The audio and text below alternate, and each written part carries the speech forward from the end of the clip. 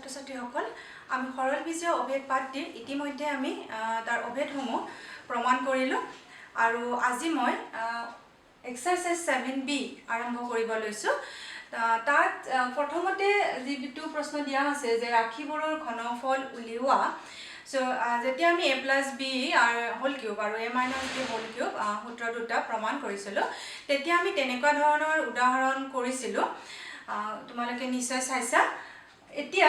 ঠিক তেনেকুৱা ধৰণৰে মই এটা অংক লৈছোঁ ইয়াত দিয়া আছে a টো লৈছোঁ মই thrice a plus 4b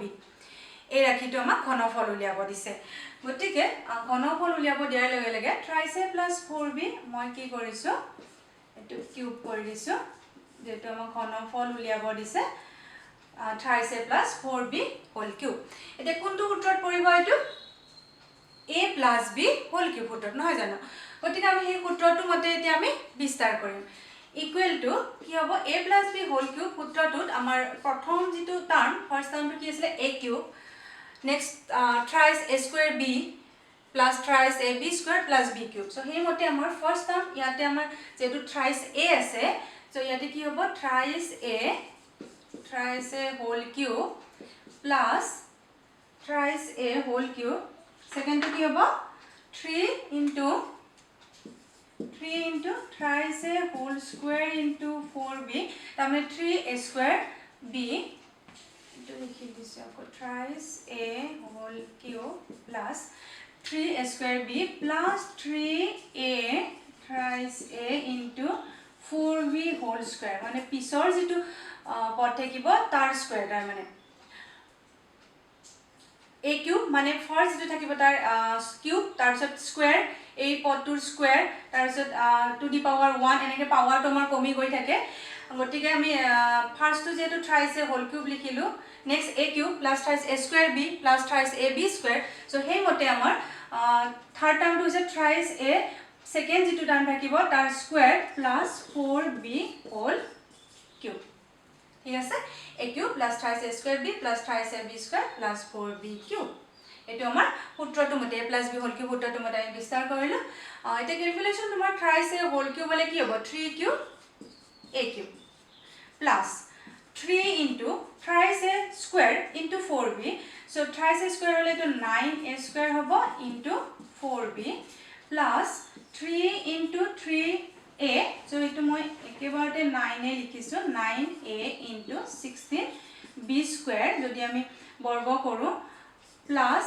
4b whole cube 4qb cube equal to 3 cube a cube hole 3 cube hole 27 a cube plus ইয়াতে আমাৰ সহগবোৰ কোএফিচিয়েন্ট বোৰ আগতে পূৰণ কৰা 3 into 9 into 4 3 into 9 into 4 হলে আমাৰ কিমান হ'ব এটো 12 3 into 4 12 108 a square b plus ইয়াতে আমাৰ 9 into 16 ab square 9 into 16 হলে হ'ব আমাৰ 144 ab square plus 4 cube b cube 4 cube হলে আমাৰ 64 b cube এইদৰে আমি thrice a plus 4b এই ৰাশিটোৰ ঘনফল উলিয়ালো ঘনফল বুলি কোৱাৰ লগে আমি ইয়াতে কিউব দি লৈছো আৰু হেইমতে আমি a plus b whole cube যেটো সূত্ৰ হেইমতে আমি বিস্তাৰ কৰিছো ঠিক আছে এটো আমি এক নম্বৰৰ মই এটো কৰি দিছো আৰু মই কলোৱে তোমালোকক যেতিয়া আমি সূত্ৰটো মই প্ৰমাণ কৰি দিছিলো তেতিয়া মই তেনেকুৱা ধৰণৰ উদাহৰণ দি দিছিলো সো তোমালোকে বাকিবোৰ নিজে কৰিবৰ কাৰণে চেষ্টা কৰিবা এতিয়া মই 2 নম্বৰ প্ৰশ্নলৈকে যাম মই লিখি দিম তোমালোকক প্ৰশ্নটো কি দিয়া আছে 2 নম্বৰত চাই লও আমি 2 নম্বৰটো আছে সৰল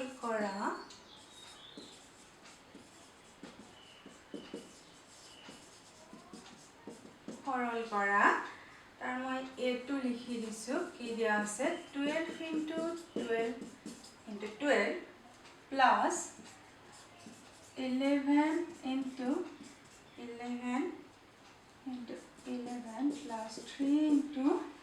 132 into 23 এটো ৰাখি আমাক দিয়া আছে 12 into 12 into 12 plus 11 into 11 into 11 তিনিবাৰ পূৰণ আছে plus 3 into 132 into 23 গতিকে হৰল কৰিব দিছে যেহেতু আমি এই পাঠটিত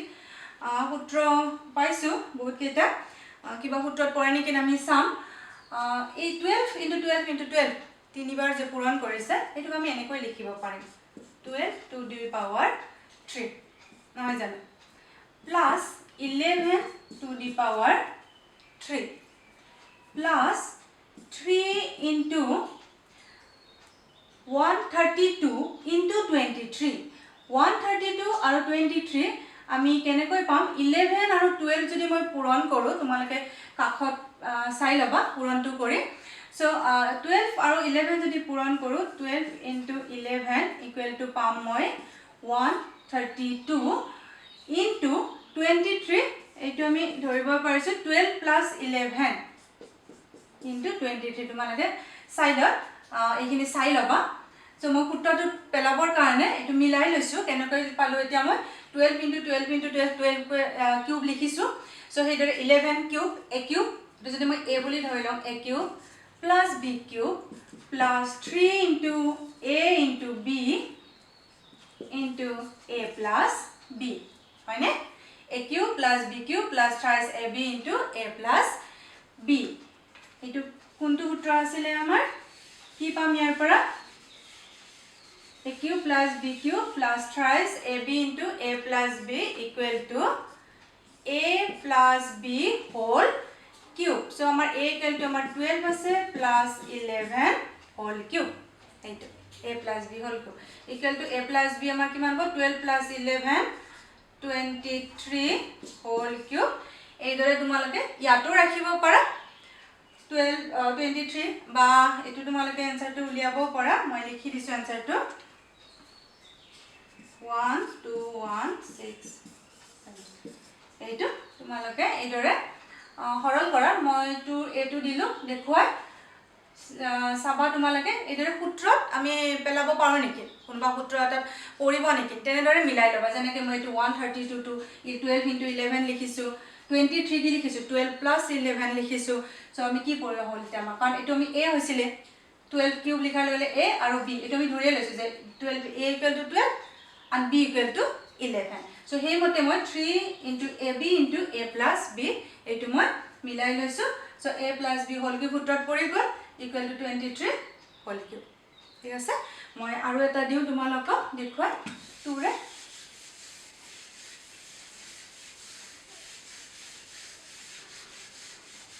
question number 2 ৰে মই আৰু এটা তোমালোকক দেখুৱাই দিছো প্ৰশ্নটো এটো হৰল কৰা বুলি আছিল 2 ৰে question number d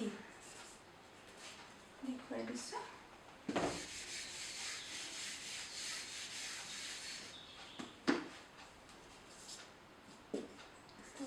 d কি দিয়া আছে p plus 4q whole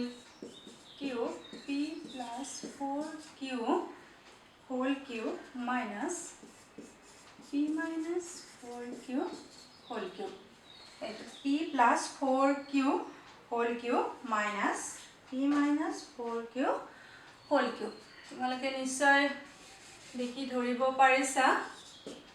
এটো 2 আছিল 2d 2 আছিল ধৰিব পাৰিছা নে দেখি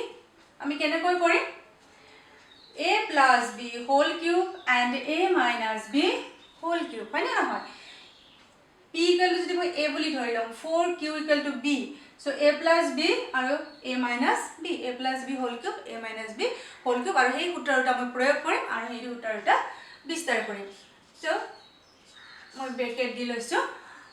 p plus 4q মই বিস্তাৰ কৰিম whole cube p cube plus thrice p square into 4q plus thrice p into 4q whole square plus 4q whole cube bracket close so first to বিস্তাৰ কৰিলো ঠিক আছে মাইনাস মাজত মাইনাস চিন আছে so মাইনাস নেক্সট মই বিস্তাৰ কৰিব স্টাৰ্ট কৰে ব্ৰেকেট দি লৈছো কাৰণ ব্ৰেকেট দিলে আমাৰ এই আগত মাইনাস চিন আছে নহয় ভুলৰ সম্ভাৱনা নাথাকে so এতিয়া মই a minus b whole cube to বিস্তাৰ কৰিম a minus b whole cube যেনেকৈ আছিল কাৰণ মই ব্ৰেকেট দি লৈছো সো এতিয়া মই সূত্ৰমতে বিস্তাৰ কৰি যাম ফাৰ্স্ট আছিলে p cube a cube so ইয়াতে p কিউব হ'ব minus thrice p square into 4 cube second term third term 3p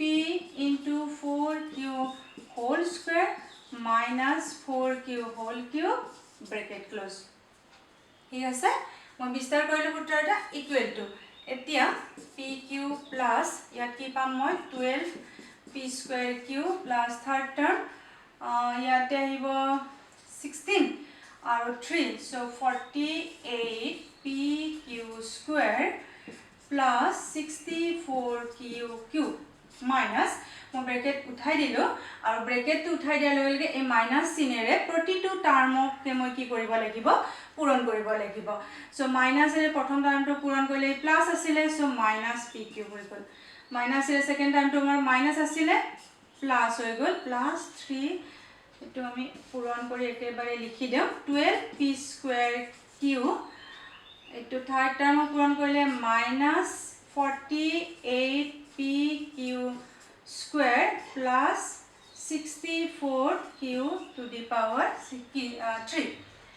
ঠিক আছে এতিয়া টাৰ্মৰ কিবা আমাৰ সঠিক টাৰ্ম আমাৰ কেনসেল যাব নেকি চাইলাম pq কেনসেল হৈছে নেক্সট 12p square q